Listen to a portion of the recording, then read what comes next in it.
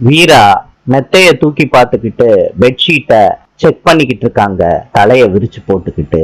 இத பார்த்த மாறனுக்கு கொஞ்சம் கொஞ்சமா வீரா மேல காதல் ஏற்படுது. வீரா சத்தம் கேக்குதுன்னு திரும்பி பாக்குறாங்க மாறனை.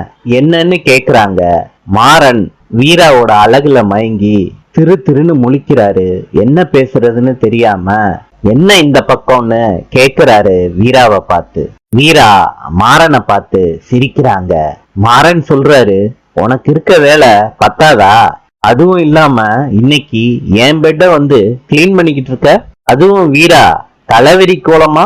வீரா சொல்றாங்க, அது ஒண்ணும் இல்ல மாறா, கொஞ்சம் களைஞ்சு கிடந்துச்சு, பெட்ஷீட்லாம் மாத்தாம இருந்துச்சு, அதனாலதான். மாறன் மனசுக்குள்ள சொல்லிக்கிறாரு, அதே சிங்கிள் பெட்டா தான் இருக்கு, நீ கவரை போட்டு சரி பண்ணா என்ன, சரி பண்ணலாட்டி என்ன? வீரா சொல்றாங்க, அதெல்லாம் மாறா, டென்ஷனா இருக்கும்போது இந்த மாதிரி களைஞ்சு கிடக்குறதெல்லாம் சரி பண்ணி வச்சா டென்ஷன் குறையுமா, அதான் மாறா இதெல்லாம் பண்ண.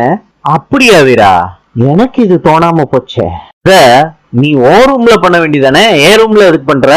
வீரா மாறன் பேசினதை கேட்ட உடனே தலைய புடிச்சுக்கிட்டு மனசுக்குள்ள சொல்லிக்கிறாங்க, ஐயோ இப்ப என்ன சொல்றது? மாறன் சொல்றாரு, அது இல்ல வீரா, என் ரூமுக்கு வரமாட்ட, அதுவும் இல்லாம இன்னைக்கு என் ரூம்ல வந்து சரி பண்ணிக்கிட்டு இருக்கீங்களே, அதான் கேட்டேன். வீரா சொல்றாங்க, மாறா நீ சொல்றதெல்லாம் கிடையாது, இந்த வீட்லயே ஓ ரூம் தான் ரொம்ப அசிங்கமா இருக்கும், அதனாலதான் வந்து சரி பண்ணேன், களைஞ்சிருக்க ரூம தானே சரி பண்ண முடியும், அதனாலதான் சரி பண்ணேன். மாறன் சொல்றாரு, அப்படிங்களா வீரா? இல்லைங்களே, வேற ஏதோ காரணம் இருக்கிற மாதிரி தெரியுதேன்னு சொல்லிட்டு வீரா பக்கத்துல நடந்து போறாரு மாறன். வீரா பின்னாடியே போறாங்க மாறனை பார்த்துக்கிட்டு.